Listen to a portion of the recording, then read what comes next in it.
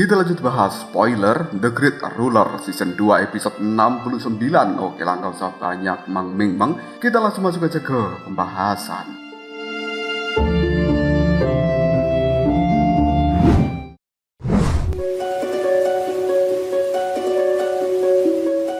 Sebuah energi yang berwarna merah telah dikerahkan oleh Mo Xingtian pada Muzhen. Apabila sampai Muzhen terperangkap dalam kekuatan yang berwarna merah yang dimiliki oleh Mo Xingtian itu, maka secara perlahan kekuatan di dalam tubuh Muzhen akan menghilang. Dan ketika energi berwarna merah itu mulai mendekat, di saat itu juga api Muzhen telah mulai menyebar dan bergabung dengan energi spiritualnya. Api ini bak senjata yang mematikan karena kekuatan yang terus meletus di dalam tubuh Muzhen begitu kuat. Bahkan energi spiritual di dalam tubuh Muzhen seperti mengamuk. Muzhen mulai merasakan sakit, namun untungnya dia sudah menguasai tubuh fisik Dewa Petir sehingga bisa mengurangi rasa sakit yang ada. Nafas Muzhen pun mulai terdengar, namun tidak ada niatan untuk dirinya mundur dari serangan Mo Xingtian hingga akhirnya tinjuan Muzhen mulai diarahkan pada Mo Xingtian, dan siapa sangka jika energi merah milik Mo Xingtian sedikit demi sedikit mulai dihapuskan oleh api abadi yang berwarna ungu milik Muzhen ini. Mo Xingtian akhirnya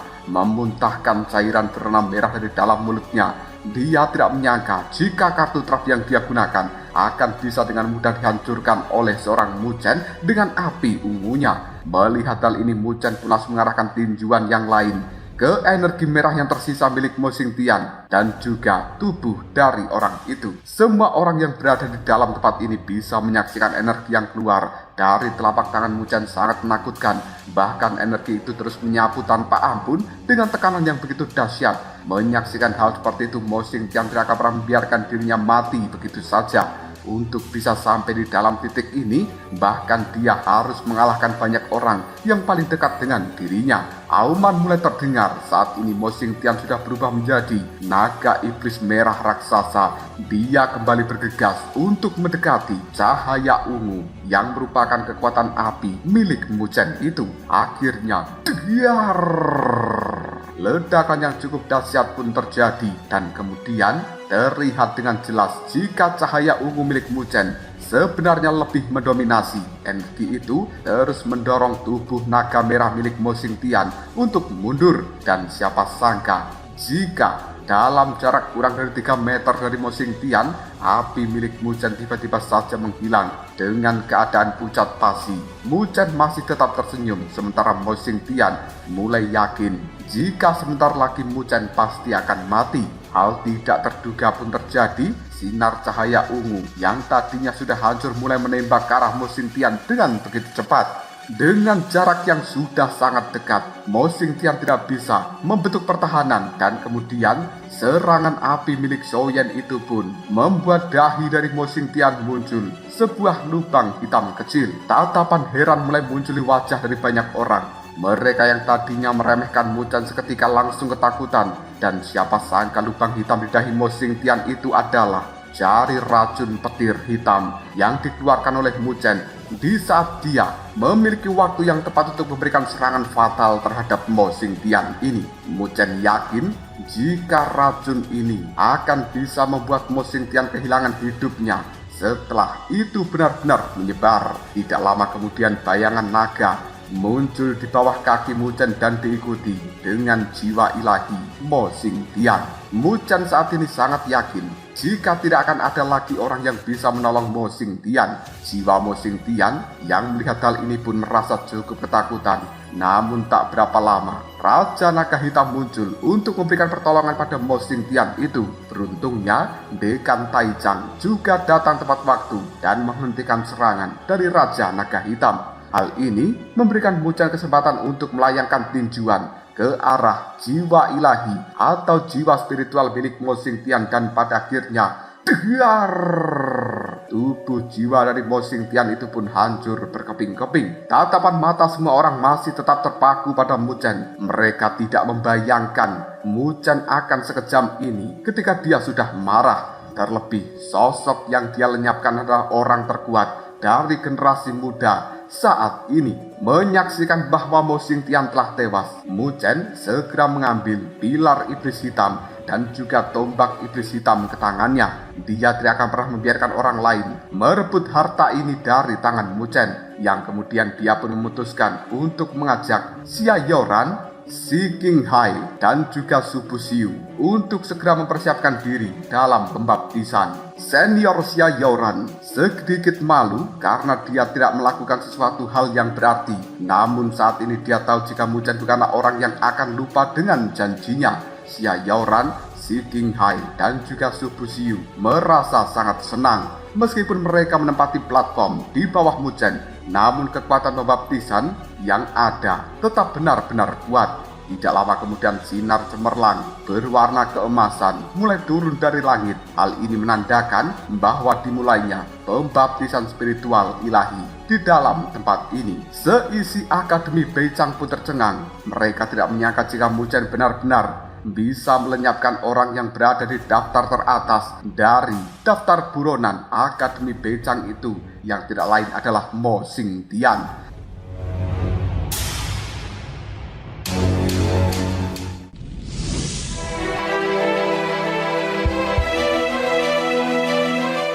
Bahkan saat ini Shen Changsheng dan juga Li Xuantong hanya bisa tersenyum pahit. Mereka tidak menyangka jika kekuatan yang dimiliki Muchen begitu luar biasa dan juga menakutkan. Meski di satu sisi mereka cukup senang karena orang yang banyak melenyapkan siswa Akademi Beicang sudah musnah. Namun karena hal ini Shen Changsheng dan juga Li Xuantong, keduanya pun bertekad untuk segera memasuki gerbang surga utara supaya kekuatan keduanya tidak tertinggal jauh dari seorang Muchen. Kali ini kelompok Dewa Luo yang dipimpin oleh Luo Li dan juga Muchen sungguh benar-benar bersukacita. Bahkan beberapa senior tidak lagi berani menatap mereka karena menghargai Muchen. Su Ling-er yang berada di sana semakin menatap kagum pada seorang laki-laki yang berada di balik layar besar, dan siapa lagi jika bukan Muchen. Namun dia mengurungkan niatnya. Meskipun dia menyukai Muchen, tapi dengan adanya Luo Li yang selalu berada di samping Muchen, tidak akan pernah ada celah di dalam hati Muchen untuk wanita lain. Sementara di sisi lain Raja Naga Hitam merasa tidak terima akan kematian Mo Xingtian. Dia berjanji suatu hari nanti pasti akan menuntut balas. Suara yang begitu kencang membuat Dekan Taichang juga merasa tidak terima. Dia tidak akan pernah membiarkan Muchen mati terbunuh di tangan siapapun. Bahkan jika Istana Naga Iblis ingin berperang dengan Akademi Beicang, maka Dekan Taichang akan melayaninya dengan senang hati. Raja Naga Hitam pun mulai terdiam. Jika bukan karena pilar iblis hitam itu berada di tangan dari Muchen, maka Akademi Beicang tidak akan pernah mampu untuk bisa melenyapkan seorang Mo Xingtian. Di area pembaptisan semua orang mulai mengambil tempat duduk masing-masing. Meskipun pembaptisan yang mereka terima tidak akan sesempurna milik Muchen, namun hal ini sudah cukup untuk budidaya peningkatan kekuatan di dalam tubuh masing-masing. Duduk di tempat tertinggi, Muchen sudah sangat siap untuk menyerap hamparan-hamparan energi yang turun dari langit tersebut. Muchen merasa energi ini begitu misterius karena luka yang dia derita setelah pertarungan melawan Mo Xingtian langsung sembuh begitu saja. Pori-pori tubuh Muchen pun mulai terbuka lebar ketika dia menerima energi pembaptisan tersebut. Bahkan saat ini dia tidak bisa keluar dari tempat yang dia duduki. Muchen merasa bersyukur karena dia masih bisa menyerap 30% dari energi pembaptisan, sedangkan 70% lainnya diedarkan ke bawah untuk rekan-rekannya. Karena banyak orang yang datang, Muchen yakin jika kebanyakan dari mereka hanya akan menerima sepotong kecil dari energi pembaptisan tersebut. Karena cahaya yang Muchen serap cukup banyak, tubuhnya pun mulai mengeluarkan cahaya keemasan. Muchen secara perlahan mulai tenang dan kemudian dia mulai masuk ke dalam pusat energi yang berada di dalam tubuhnya sendiri. Di sana Muchen bisa melihat apabila energi pembaptisan dengan teratur mulai bercampur dan juga bergabung dengan sempurna pada jiwa ilahi miliknya. Kita kembali ke sisi para tetua Akademi Beicang. Perdebatan antara Dekan Taichang dan juga Raja Naga Hitam ternyata masih berlanjut. Raja Naga Hitam yakin jika hari ini dia akan bisa mengalahkan Dekan Taichang dan kemudian menguburkan mayatnya di gunung spiritual ilahi. Tak lama kemudian, 5 sosok penguasa besar dari istana naga iblis juga telah muncul. Mereka yang melihat tekanan ini pun langsung berusaha untuk menghindar, dan mereka semua tahu jika target kali ini pastilah Dekan Taicang, karena ketika mereka mundur, istana naga iblis tidak melakukan serangan. Dekan Taicang tidak merasa takut akan hal ini. Dia cukup tahu jika kekuatan 6 penguasa istana naga iblis ini akan sangat sulit untuk dikalahkan. Namun Dekan Taicang juga bukan orang yang bodoh yang tidak membawa ahli dari Akademi Bejang untuk hadir di tempat ini. Di sisi lain, Senior Lingqi telah membawa Luoli untuk menjauh, sementara dirinya akan pergi untuk membantu Dekan Taicang. Setelah memastikan Luoli berada di tempat yang aman, Senior Lingqi langsung menembakkan tubuhnya menuju posisi dari Dekan Taicang. Ketika Master Lingqi datang, dia pun disambut oleh seorang pria tua yang bernama Liu An yang berasal dari sekte Umbra. Senior Lingqi tidak menyangka jika istana naga iblis dengan terperinci sudah menyiapkan hal ini. Dia pun memerintahkan Liu An untuk menahan Lingqi, sementara dirinya dan 5 tetua dari istana naga iblis lainnya akan mengalahkan Dekan Taicang. Senior Lingqi mencoba menakuti Liu An jika dirinya adalah seorang Grandmaster Formasi dan Tuan Naga Utara. Tidak akan pernah membiarkan mereka yang menyakiti Dekan Taicang bisa hidup dengan tenang. Meskipun Liu An merasa sedikit gemetar, namun dia yakin jika istana naga iblis berani mengambil tindakan, maka mereka pasti sudah memiliki solusi. Di dalam Akademi Bejang, Master atau Guru Moyu, Tetua Sutian, akan bergegas menuju gunung spiritual ilahi setelah melihat sinar yang begitu panjang menembus langit. Namun belum sampai mereka pergi, pemimpin sekte surgawi Yuan, yaitu Dongming, telah datang. Sementara di sisi lain, murid Akademi Bejang mulai terdengar suara dari lonceng di tempat ini, di mana bunyi dari lonceng itu merupakan sebuah tanda bahaya. Mereka yakin jika terjadi sesuatu yang buruk dengan Dekan Taicang, keadaan para murid menjadi semakin kacau. Tak lama kemudian untungnya Guru Botak atau Senior Naga Laut Utara datang. Dia memerintahkan 2 tetua yang tersisa untuk mengaktifkan formasi spiritual akademi.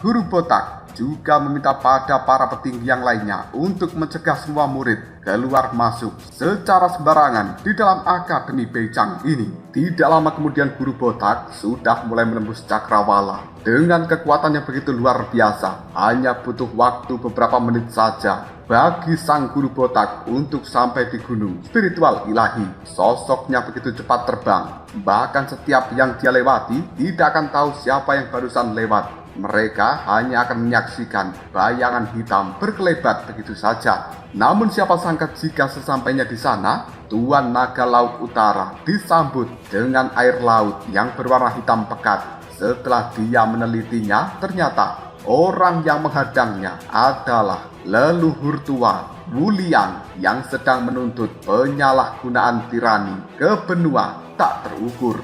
Saat ini Guru Botak tahu alasan istana naga iblis berani menantang Akademi Bejang adalah karena kedatangan leluhur tua Wu Liang tersebut. Leluhur tua Wu Liang kemudian memberikan peringatan pada Guru Botak untuk tidak ikut campur dalam hal ini. Sementara Guru Botak juga memberikan peringatan tentang kejadian dahulu kala yang sangat memalukan bagi leluhur tua Wu Liang. Mendengarkan ejekan tersebut, leluhur tua Wu Liang sangat tidak terima dan dia tidak akan pernah membiarkan siapapun mengejeknya kembali, karena setelah bertahun-tahun berlatih, dia yakin jika kekuatannya sudah meningkat pesat dan bisa mengalahkan Guru Botak ini. Detik berikutnya, pung! Dengan satu lambaian tangan, leluhur tua Wu Liang, energi yang cukup menakutkan pun muncul dan dia bersiap untuk memberikan serangan pada sang Guru Botak. Bahkan gelombang yang diciptakannya pun begitu kental. Namun Guru Botak adalah Raja Naga Laut Utara dan dia yakin jika cara yang digunakan leluhur tua Wu Liang akan sia-sia, karena dia akan melawannya dengan merubah wujud menjadi tubuh aslinya, yaitu Naga Laut Utara. Setelah berhasil berubah, guru botak pun segera menembakkan serangan menuju leluhur tua Wu Liang. Serangan demi serangan pun terus mereka layangkan.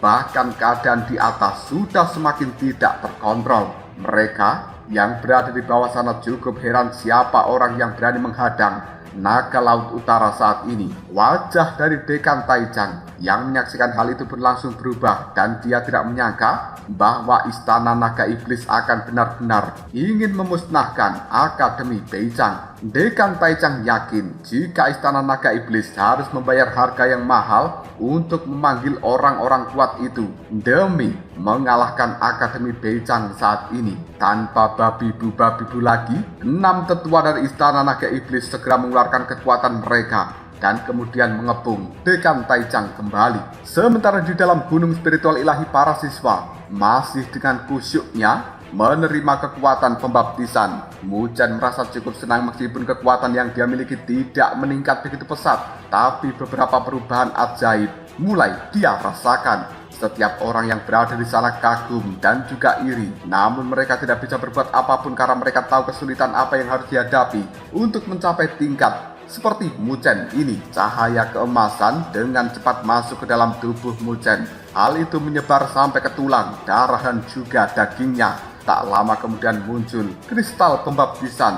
Melihat hal ini pun Mujang berhasil melewati pembaptisan itu dengan sukses. Mujang kemudian memutuskan untuk mendapatkan kristal pembaptisan kedua demi Luoli. Mujang yakin jika Luoli sangat memerlukan benda ini untuk bisa menghadapi 3 kesengsaraan berdaulat nantinya. Melihat Mujang mulai mendapatkan kristal kedua, tidak ada seorang pun yang berani marah ataupun protes. Senior Xia Youran dan juga 2 orang yang lainnya merasa sangat gembira karena berhasil menyelesaikan pembaptisan. Sementara itu Liu Ying dan juga 2 orang yang lainnya merasakan kekecewaan karena ini sangat jauh dari harapan dan mereka masih perlu energi yang cukup untuk bisa menyelesaikan pembaptisan tersebut. Namun apa daya, hal ini tidak mungkin bisa mereka lakukan karena waktu pembaptisan sudah akan habis. Ketika semua orang sudah selesai dan pembaptisan itu pun benar-benar berakhir, Mujang memutuskan untuk segera kembali. Ketika mulai keluar dari gunung spiritual ilahi, Mujang mulai bisa merasakan kehancuran yang terjadi. Senior Xia Youran yakin jika hal ini pasti disebabkan karena beberapa ahli di level sovereign yang sedang melakukan pertarungan. Mujang merasakan sebuah perasaan cemas yang tidak terbendung dan dia merasa jika ada sesuatu yang tidak beres dengan semua ini. Mujang memutuskan untuk segera menuju ke tempat yang cukup kacau tersebut. Di sisi lain, Dekan Taicang sudah mulai dikepung oleh tungku pembakaran 6 naga surga yang telah disiapkan Istana Naga Iblis. Raja Naga Hitam yakin jika Dekan Taicang tidak mungkin bisa mengalahkan 1 sovereign tingkat kelima dan juga 5 sovereign tingkat pertama. Mendengar begitu banyak omongan dari sovereign Naga Hitam atau Raja Naga Hitam ini, tatapan mata Dekan Taicang masih tetap dingin. Namun satu-satunya hal yang bisa dia lakukan sekarang hanyalah bertahan sambil menunggu pertolongan dari Tuan Naga Laut Utara atau Guru Botak.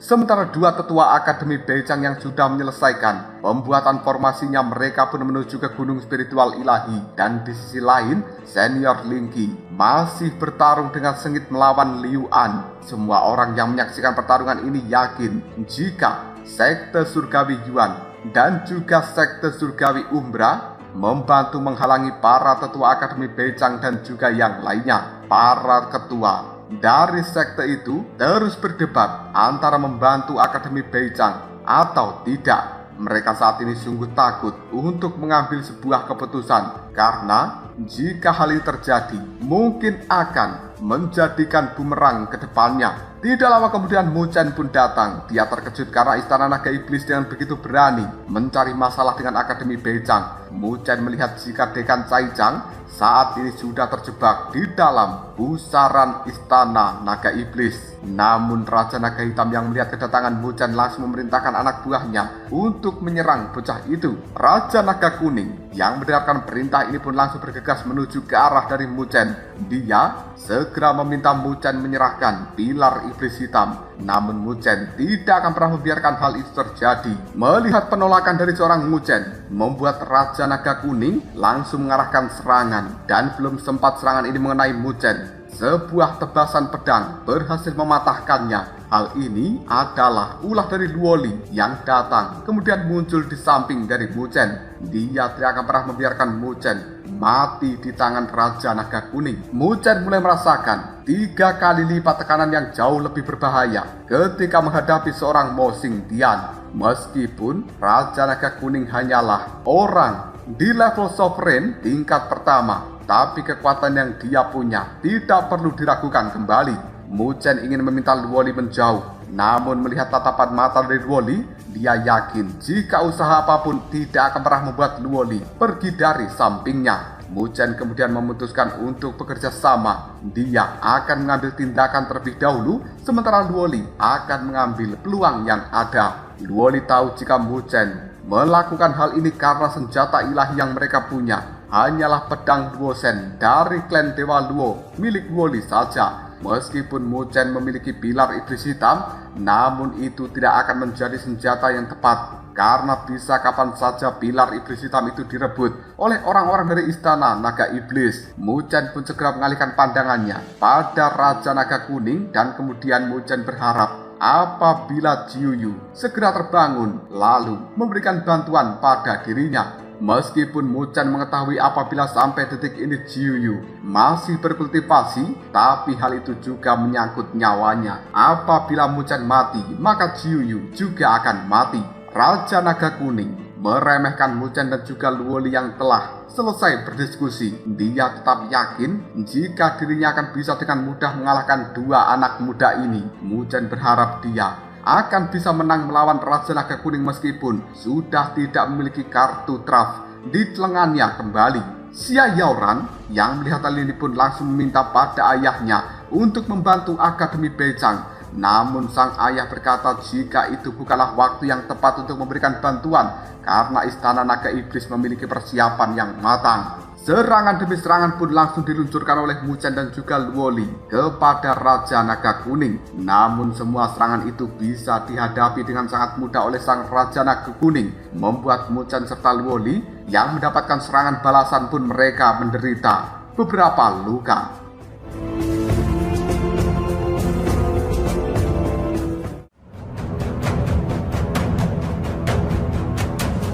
Lalu apakah yang akan terjadi selanjutnya? Mungkinkah Muchen dan juga Luoli akan bisa mengalahkan Raja Naga Kuning ini? Jika kalian penasaran, tunggu aja jawabannya di next video. Ngobrol sob.